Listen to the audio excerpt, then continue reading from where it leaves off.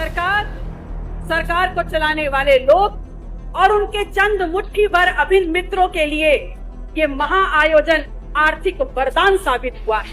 विधानसभा की कार्रवाई में उर्दू को सम्मिलित करने की बात की गई तो यहाँ पर अशोभनीय और असंसदीय भाषा का प्रयोग किया गया।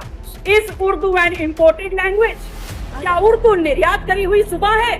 और या फिर क्या ऐसा है कि जब मुगल घोड़े से भारत में आए तो अपने पीछे उर्दू को बैठा करके लाए? यूपी विधानसभा के बजट सत्र के चौथे दिन सपा से विधायक पल्लवी पटेल ने अपने जोरदार भाषण से योगी सरकार को हिलाकर रख दिया। उर्दू वाले बयान से लेकर महाकुंभ की वाहवाही करने पर ऐसा घेरा कि सत्ता पक्ष से जवाब देते नहीं बना। पल्लवी पटेल ने सबसे पहले यूपी सरकार पर महाकुंभ में आए श्रद्धालुओं को हर तरह से लूटने का आरोप लगाया। लेकिन कहना गलत नहीं होगा कि सरकार को चलाने वाले लोग और उनके चंद मुट्ठी भर अभिन्न मित्रों के लिए ये महाआयोजन आर्थिक वरदान साबित हुआ है।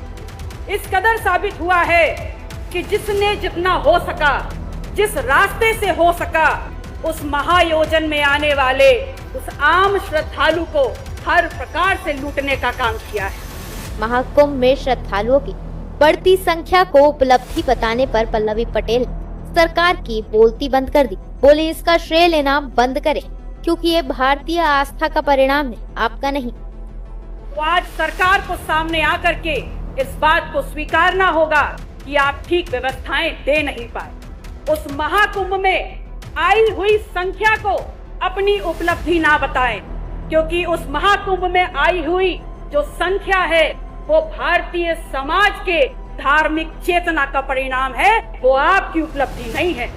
उसका श्रेय लेना बंद करिए, बल्कि प्रमुखता से सामने आकर के जो खामियां हुई हैं, जो अव्यवस्था हुई है, उसको स्वीकारिए और सबक लीजिए कि आगे ऐसा दोहराया ना जाए। महाकुंभ में वीआईपी कल्चर को बढ़ावा देने पर सपा विधायक पूरी तरह भड़क गयी। कहा इसी का नतीजा है कि श्रद्धालु भगदड़ हादसे का शिकार हुए।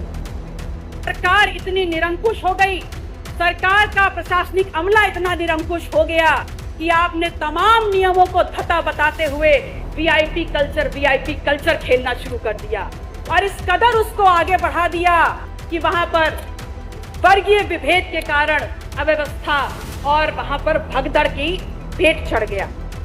इसके आगे पल्लवी पटेल ने महाकुंभ में योगी कैबिनेट की बैठक को लेकर सवाल पूछा कि मंत्रिमंडल परिषद की वहाँ बैठक आपने आयोजन की थी, तो क्या आप मंत्रिमंडल के लोगों को ले जा करके वहाँ भजन कीर्तन करा रहे थे? वो भी तो एक राजनीतिक बैठक थी ना।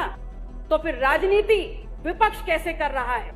असल में राजनीति कंप्लीट 100% शुद्ध राजनीति तो आप कर रहे हैं, और उसमें भी इस कदर राजनीति कि आपने वहाँ पर भी, उस पवित्र स्थल पर भी पिछड़ों को पीछे ही छोड़ दिया। इतना ही नहीं, सपा विधायक ने शुक्रवार को सीएम योगी आदित्यनाथ के उर्दू और कठमुल्ला वाले बयान पर आपत्ति जताई और पूछा तो क्या मुगल घोड़े पर पीछे बैठाकर उर्दू को भारत लाए? उस दिन सदन में जब विपक्ष के द्वारा विधानसभा की कार्रवाई में उर्दू को सम्मिलित करने की बात की गई तो यहाँ पर अशोभनीय और असंसदीय भाषा का प्रयोग किया गया। तो एक सवाल सीधे सीधे माननीय अधिष्ठाता महोदय, आपके मार्फत आपका संरक्षण लेते हुए मैं नेता सदन से पूछती हूँ, इस उर्दू एंड इम्पोर्टेड लैंग्वेज, क्या उर्दू निर्यात करी हुई जुबान है? और या फिर क्या ऐसा है कि जब मुगल घोड़े से भारत में आए तो अपने पीछे उर्दू को बैठा करके लाए? कुल मिलाकर अपना दल कमेरावादी की नेता और सिराथू सीट से विधायक पल्लवी पटेल ने यूपी विधानसभा के अंदर योगी सरकार पर तीखे सवालों की बौछार कर दी।